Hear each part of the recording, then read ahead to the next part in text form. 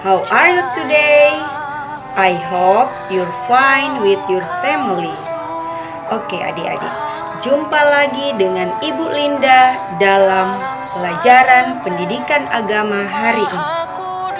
Oke adik-adik kelas 4. Sebelum kita memulaikan pelajaran agama kita hari ini, kita sikap berdoa yang sopan. Kita berdoa dalam bahasa Latin. Sikap berdoa yang sopan. Signum Crucis, in nomine Patris et Filii et Spiritus Sancti. Amen.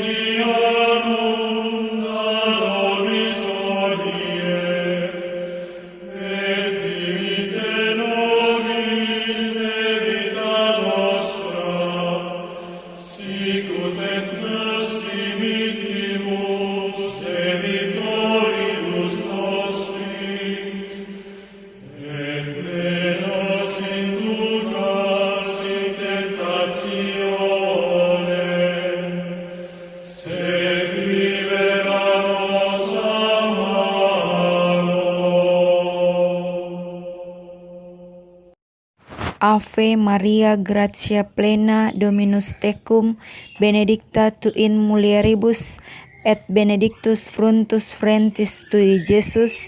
Santa Maria Mater Dei, ora pro nobis peccatoribus, nun et in hora mortis nostrae. Amen.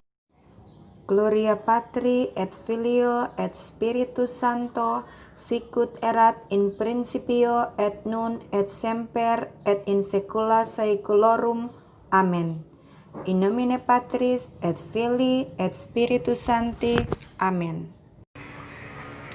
Oke adik-adik, setelah kita selesai berdoa di hari ini, materi yang akan kita pelajari hari ini adalah kemampuan dan keterbatasanku.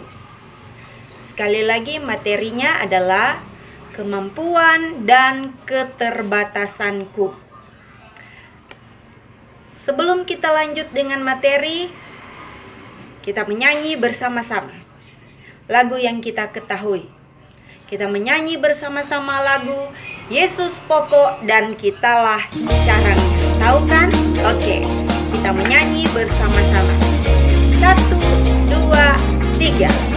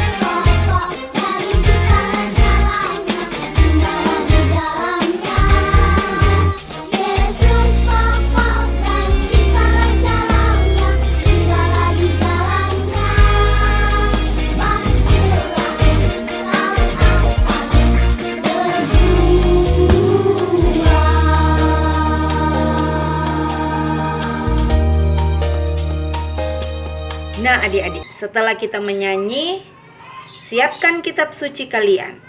Silakan diambil bagi yang belum siap di meja belajar kalian. Yang sudah siap, kitab suci yang akan kita baca hari ini terdapat dalam kitab Roma 12 ayat 1 sampai 8. Roma 12 ayat 1 sampai 8. Kita akan membacanya bersama-sama. Sudah siap? Oke, kita baca bersama-sama. Judulnya Persembahan yang Benar. Karena itu, saudara-saudara, demi kemurahan Allah, aku menasehatkan kamu, supaya kamu mempersembahkan tubuhmu sebagai persembahan yang hidup, yang kudus, dan yang berkenan kepada Allah. Itu adalah ibadahmu yang sejati. Janganlah kamu menjadi serupa dengan dunia ini, tetapi berubahlah oleh pembaharuan budimu, sehingga kamu dapat membedakan manakah kehendak Allah, apa yang baik, yang berkenan kepada Allah, dan yang sempurna. Berdasarkan kasih karunia yang dianugerahkan kepadaku, aku berkata kepada setiap orang di antara kamu, janganlah kamu memikirkan hal-hal yang lebih tinggi daripada yang patut kamu pikirkan. Tetapi hendaklah kamu berpikir begitu rupa, sehingga kamu menguasai diri menurut ukuran iman yang dikaruniakan Allah kepada kamu masing-masing. Sebab sama seperti pada satu tubuh, kita mempunyai banyak anggota, tetapi tidak semua anggota itu mempunyai tugas yang sama.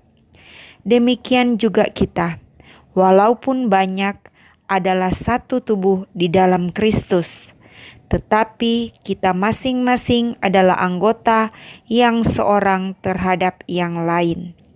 Demikianlah kita mempunyai karunia yang berlain-lainan, menurut kasih karunia yang dianugerahkan kepada kita. Jika karunia itu adalah untuk bernubuat, baiklah kita melakukannya sesuai dengan iman kita. Jika karunia untuk melayani, baiklah kita melayani. Jika karunia untuk mengajar, baiklah kita mengajar. Jika karunia untuk menasihati, baiklah kita menasihati. Siapa yang membagi-bagikan sesuatu, hendaklah ia melakukannya dengan hati yang ikhlas. Siapa yang memberi pimpinan, hendaklah ia melakukannya dengan rajin. Siapa yang menunjukkan kemurahan, hendaklah ia melakukannya dengan sukacita. Oke adik-adik, setelah kita membaca kitab suci, pembacaan kita hari ini ada kaitannya dengan materi kita, kemampuan dan keterbatasanku. Selanjutnya kita akan melihat video berikut. Videonya sangat bagus. Video ini tentang seekor elang yang merasa dirinya seekor ayam. Ceritanya sangat bagus. Mari kita lihat bersama-sama.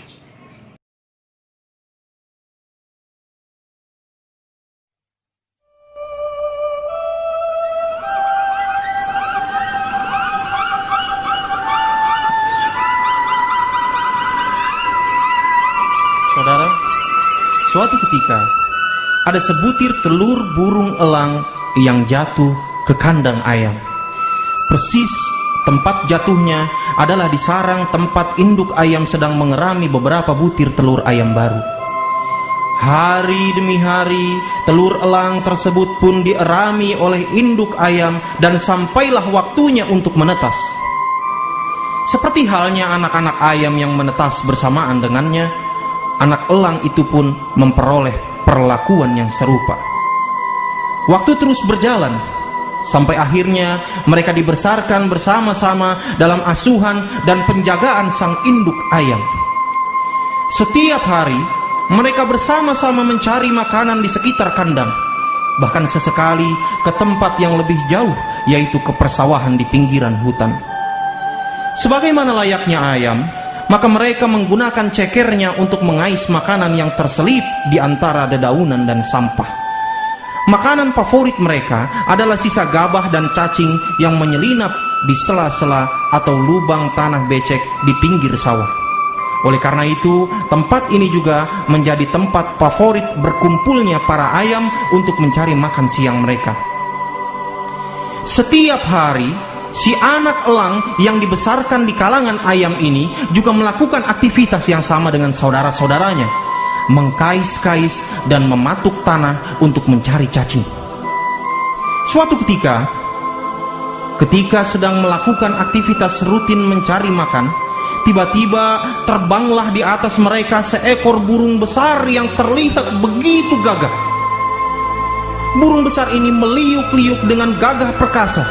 Sesekali burung ini mengepakkan sayapnya yang lebar dan singgah di atas pohon jati di pinggiran hutan. Kemudian ia terbang lagi memutari sawah dan melakukan beberapa manuver indah ke atas awan. Oh, gagah sekali burung itu, pikir sang anak elang tadi. Kemudian ia bertanya kepada induknya yang merupakan seekor ayam. "Ibu, hewan apakah itu?" Sang induk ayam kemudian menjawab, "Oh, nak, itu sang elang, salah satu hewan paling hebat di udara." Anak elang kemudian menambahkan, "Gagah sekali ya, Bu.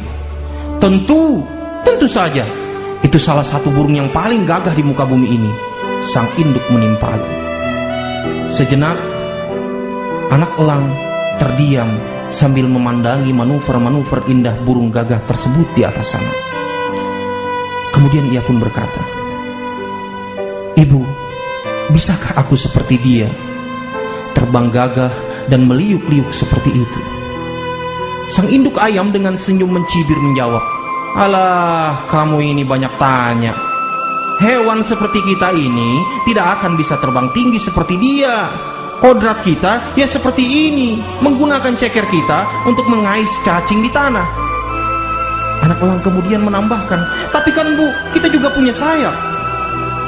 Dengan nada yang amat marah, sang induk ayam kembali menjawab, "Kamu itu dari dulu ya kita ini seperti ini, tidak akan pernah bisa terbang seperti burung elang itu. Kehidupan kita ya seperti ini, tidak akan pernah bisa berubah. Sudahlah, terima saja nasib kamu sebagai anak ayam. Sudah, pergi sana, gunakan cekermu untuk mencari cacing. Sebentar lagi hari akan gelap. Cuci tangan dan kakimu dan masuklah ke kandang." Nah adik-adik, bagaimana ceritanya? Bagus bukan? Menurut kalian, apa nilai yang kita ambil dari cerita tadi? Oke, kita lihat. Seandainya elang itu mau mencoba sekali saja untuk terbang, dia pasti bisa mengembangkan sayapnya tinggi di angkasa, iya kan? Tetapi karena elang itu tidak pernah mencoba, akhirnya hidupnya sampai tua tetap menjadi seekor ayam. Begitu juga dengan kita. Kalian semua punya cita-cita masing-masing kan? Coba angkat tangan yang punya cita-cita. Oh good, semua punya cita-cita. Nah, untuk mencapai cita-cita kalian itu, kalian harus berusaha. Berusahanya mulai dari sekarang. Mulai di bangku sekolah, kalian berusaha. Nah adik-adik, ketika nantinya setelah kita masuk sekolah, ada di antara kalian yang ditunjuk guru, dipercayakan guru. Misalnya Ganesha ditunjuk untuk pengibar bendera. Kamu harus siap. Katakan, "Baik Ibu, saya siap." Jangan pernah takut mencoba. Dan yang kedua, jangan pernah malu jika salah. Oke, sekali lagi. Jangan pernah takut mencoba. Dan yang kedua, jangan pernah malu jika salah. Kalian tahu orang-orang sukses di saat sekarang ini, mereka juga pernah salah. Jadi kita tidak perlu malu jika salah. Namanya juga belajar. Contoh, misalnya ditunjuk, "Monica, kamu jadi dirijen." Pada saat upacara bendera, katakan saya siap. Jangan pernah takut untuk mencoba. Karena jika kamu perbiasakan itu dari kecil, berani untuk mencoba sesuatu, dan kamu juga tidak takut ketika salah, maka selanjutnya langkah demi langkah kamu akan bertumbuh dan berkembang menjadi orang yang baik dan orang yang sukses di kemudian hari, dan dapat mencapai cita-cita kamu. Oke, itu yang menjadi kesimpulan dari video yang telah kita lihat tadi tentang ayam dan elang.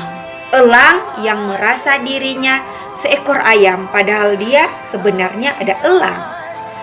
Nah, adik-adik, kita manusia dikaruniai kemampuan oleh Tuhan yang berbeda-beda menurut kasih karunia Tuhan sendiri. Karunia itu berupa kemampuan-kemampuan. Maka hendaknya kita kembangkan kemampuan itu sebaik mungkin sesuai dengan kehendak Tuhan dan untuk kebaikan kita sendiri, keluarga kita, dan orang-orang di sekitar kita. Tuhan menciptakan kita begitu istimewa dan unik, berbeda satu dengan yang lainnya, mempunyai talenta atau kemampuan yang berbeda-beda. Itu untuk apa? Itu untuk yang pertama, untuk memuliakan nama Tuhan. Yang kedua, untuk orang-orang di sekitar kita. Yang ketiga, untuk diri pribadi kita dan keluarga kita. Oleh karena itu, lewat materi kita hari ini, kemampuan dan keterbatasanku, mari kita berani untuk mencoba dan jangan pernah takut untuk salah. Dalam diri kita masing-masing mempunyai kelebihan, tetapi juga mempunyai kekurangan.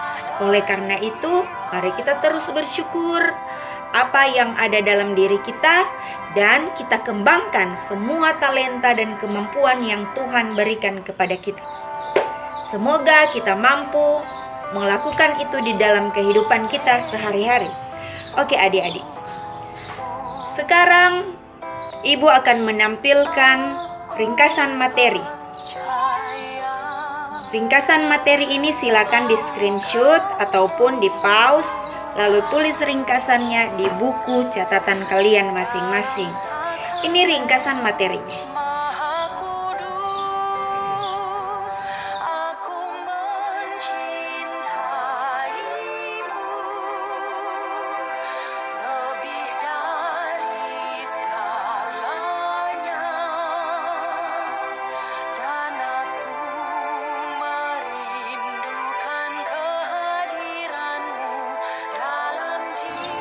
Selanjutnya, tugas untuk kalian adalah tuliskan sebuah doa syukur atas semua anugerah Tuhan di dalam kehidupan kita.